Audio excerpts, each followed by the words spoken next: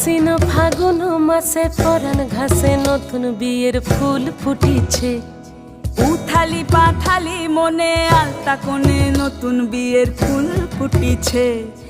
আশ্বিন ফাগুন মাসে পরাণ ঘাসে নতুন বিয়ের ফুল ফুটিছে। উথালি পাথালি মনে আলতা কোণে নতুন বিয়ের ফুল ফুটিছে। হেই হো পিয়ালি রে, হেই হো দুলালি রে, হেই হো পিয়ালি রে, হেই হো দুলালি রে।